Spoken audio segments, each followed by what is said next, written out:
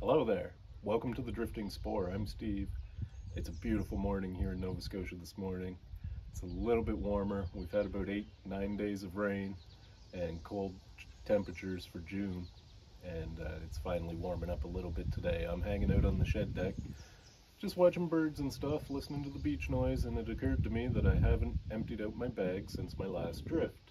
And now might be a great time to show y'all what I carry in my bag when I'm out on a drift. So if you're interested in seeing what's in my bag, stay tuned, man. Okay, so this is the bag I like to take most often when I'm gone on a drift. It's a haversack or a messenger bag. One strap, grip handle on the back. That's really convenient. I can attach stuff to that, can get my hatchet on that or a machete on that. Works really nice. A couple of pull-through straps here. I've just got a couple of pieces of Velcro tape on these. That allows me to put my fishing rod on there, or whatever things I want to carry. These are magnetic hasps that snap on, and I found those to be actually pretty good. I had my doubts that they would hold, but they do hold really well. So anyway, that's the bag itself. Let's look at what's inside. I'll go through the big pocket first, just because there's actually probably the least amount of stuff in the big pocket.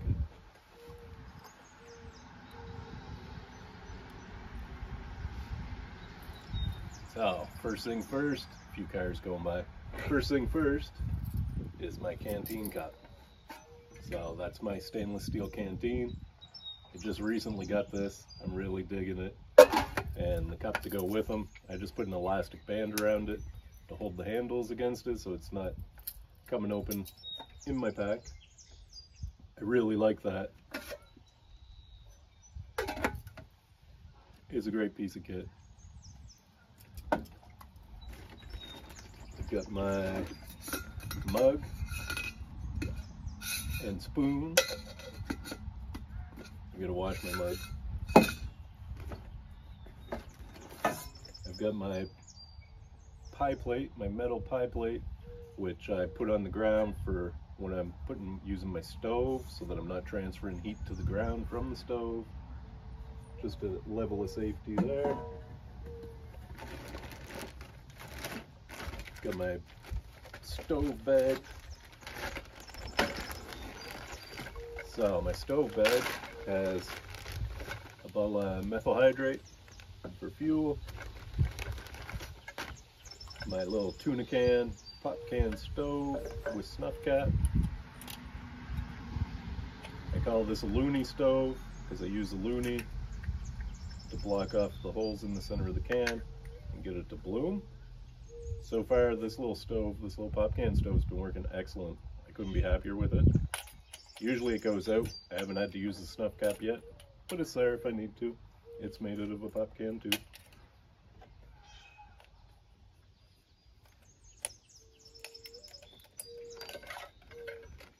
Now, after my last drift, I had made a pour-over coffee in the woods.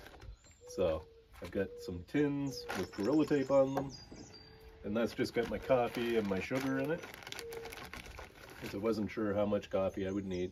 So I got one tin with sugar, and I had 2 with coffee in them. I wouldn't normally, these actually will pack right into my cup. Just when I was finishing up my drift last time, I didn't bother putting them back in. But look, yeah, packs in perfectly. My spoon will go in there, lid goes on, everything packed in one place. And then this stuff would go in here on its own. Methyl hydrate, my stove.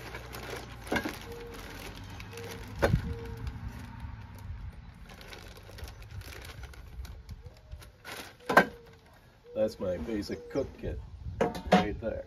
Oh no, there's one more thing. My Ohuhu stove. So my little Ohuhu stove, I've shown that before. I might start using something a little bit different. We've been under a burn ban here in Nova Scotia for a number of days now, So there's no chance I can use this with sticks, my Ohuhu stick stove, which is when it works best.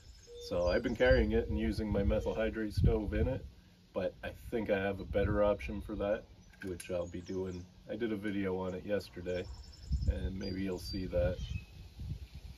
One of those Coolin's box stoves works really well with my methyl hydrate stove, so I might stop carrying this until I can burn sticks again. We'll see. But that's my entire cooking kit in a nutshell. I have a coffee filter in a Ziploc bag. I have a foraging bag. Now this is just a reusable shopping bag that I made.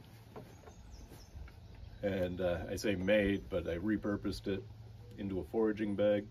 It's got a nice little handle on it. Great for foraging. Throw your stuff in there, pull it tight, away you go, right? And it packs down nice and tight. I can fold it up like this and then wrap it like this. And then I can just take my little tag end and poke it through. And I got a nice little compact foraging bag. And that's it for stuff that, well, this is attached to the outside of the bag, but I put it inside, and that is my compass and emergency whistle are always attached to my bag. And if I'm taking a different bag, comes off this bag, goes on a new bag. I'm not really good with land navigation, so I, pardon me, I always check maps and stuff before I go somewhere, know which way roads are running in the area if I'm going off a road, so I have an idea which direction I gotta go to get out. So, dead reckoning only for me for compass, but I still got one. Emergency whistle, obviously. I always think with my staff, this would be good if you were to encounter like a bear or something, or a bobcat or something like that, something you don't want around you, and you're trying to drive it off. I always think this whistle would probably help with that, with your staff, make a big commotion. It might work, I don't know. I haven't had to try it yet. Hopefully if I do have to try it, I get to video it too. So, side pocket, flip him back in here. This side pocket only contains one thing, and that's binoculars. So binoculars, for obvious reasons, great for bird watching. I use them for mushroom hunting. Pardon me. I use them for mushroom hunting, whereas if I'm a distance away and I see what looks like a mushroom, I can get a closer look before I bushwhack my way to the mushroom. Things like that. I don't use these much, but they're good to have. And I've got a convenient pocket for them to go in, so why not? Now, this end, let's see what I have. I have an emergency space blanket, and I gotta repair this, but a small first aid kit. Very important to have in the woods with you. And this first aid kit comes with a tick picker, so you can pick ticks off of you if you happen to pick them up, which is great. We're kind of new to ticks in Nova Scotia. They've been around forever, but I mean, it's only been the last few years that I've ever had ticks on me and stuff like that. But they're out there, we know that, so you keep an eye out for them. Now, front pockets. Let's start from here. So, flashlight. Just a cheap, not super cheap, under 30 bucks, around 20 bucks I guess. Energizer flashlight, works great. We've got a Ziploc bag full of toilet paper, just in case. You never know. It doesn't weigh nothing, it's compact, why not have it with you? When you need it, you'd appreciate having it, I'm sure. What else do I got here? Oh, I got this in here. I forgot I even had this in here. This is just a fork and knife set, or fork and spoon set. And there's a knife there too, and a bottle opener. It's a bit of a multi-tool. comes apart. Fork and spoon, can opener, bottle opener. What's on this side? Anything? Corkscrew. I don't think that's anything. Yeah, knife on the spoon side.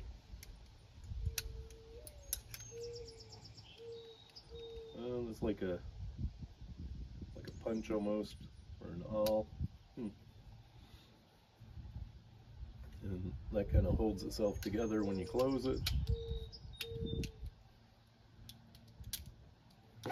And it came with a nice little sheath.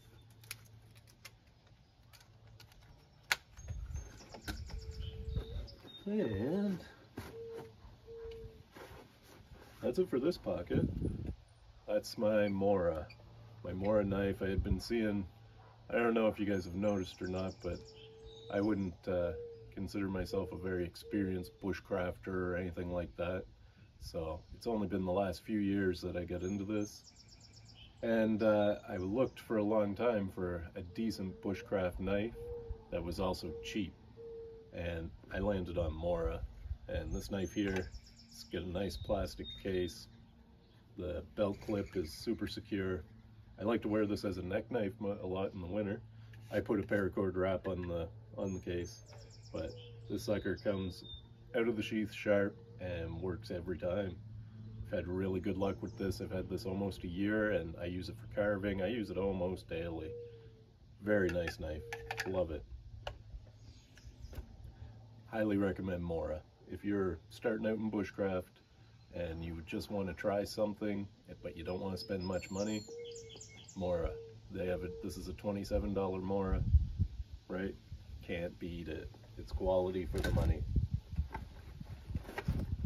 Now, in my second pocket, I have a simple world famous handsaw. This is just a cheap, pick it up at your local home hardware handsaw. And I tried other handsaws. I tried the Coleman, I think, Coleman handsaw. Couldn't saw anything with it, man. Very hard to use. This one here goes through stuff like butter. It wasn't expensive, and it's working really good for me. Love it. My handsaw, I've got a roll of bank line with an elastic holding that. Perfect. Lots of cordage there. I've got my fire starting kit, which is just a $2 eyeglasses case that I got from the dollar store. And within it, I've got a Ziploc bag with a couple of zip fire starters, some my ferro rods in there, a Bic lighter, and a bit of paper material for lighting fires. That's my fire lighting kit.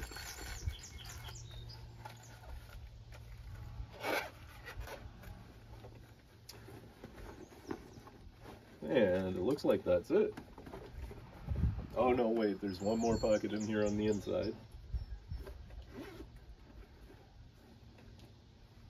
So in this pocket on the inside, I've got my Swiss Army knife. Probably the best little multi-tool you could ever get. Victorinox Swiss Army knife. Swiss made, stainless, sharp, sharp, sharp. Everything you'd ever need on that. Everybody knows Swiss Army knife. There it is. And I've got a little, what else do I got in here?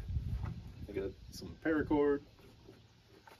And I've got a little bag that I made for carrying a little tin of seeds and stuff in.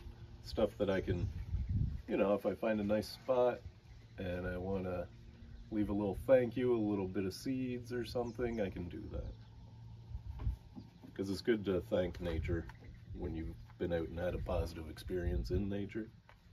Why not say thank you by leaving a little something? So I just leave a little bit of seeds sometimes when I think of it.